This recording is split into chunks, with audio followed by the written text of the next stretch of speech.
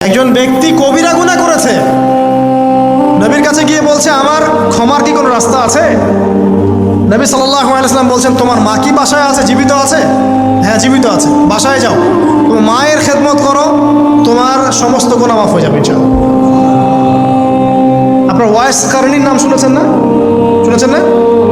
তাকে এত বড় মর্যাদা দেওয়া হবে কিয়ামতের মাঠে। এর পিছনে কারণ কি জানেন? সেই ব্যক্তি মাশাআল্লাহ তার মায়ের খেদমত করত। তিনবার বলেছেন নবী সাল্লাল্লাহু আলাইহি ওয়াসাল্লাম আমাদের সবচেয়ে সেরা এবং ভালো ব্যবহার পাওয়ার অধিকার হচ্ছে মায়ের, তারপরে মায়ের, তারপরেও মায়ের, তারপর বাবার। পিতামাতার খেদমত করলে আল্লাহ রহমত নেমে আসে। আর একজন ব্যক্তি বলছিল আমার বাসায় তো মাও নাই ইয়া রাসূলুল্লাহ, আমি কি করব? তখন নবীজি বলছেন তোমার কি খালা আছে? খালা বেঁচে আছে? খালা বেঁচে আছে, খালার খেদমত করো। বেলাল রাদিয়াল্লাহু আনহুর কথা, তিনি সেই ব্যক্তি যার কথা নবী সাল্লাল্লাহু আলাইহি ওয়াসাল্লাম যখন আলোচনা করতেন তখন বলতেন যে বেলাল, যখনই আল্লাহ আমাকে জান্নাত দেখান তখন তোমার পায়ের আওয়াজ আমি আগে আগে শুনতে পাই। তুমি কি এমন আমল করো?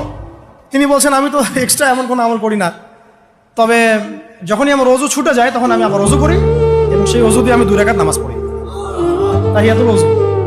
এটা আমরা আমল করার চেষ্টা করবো। আল্লাহ পাক আমাকে তৌফিক দান করেন, আপনাদেরকে তৌফিক দান করেন।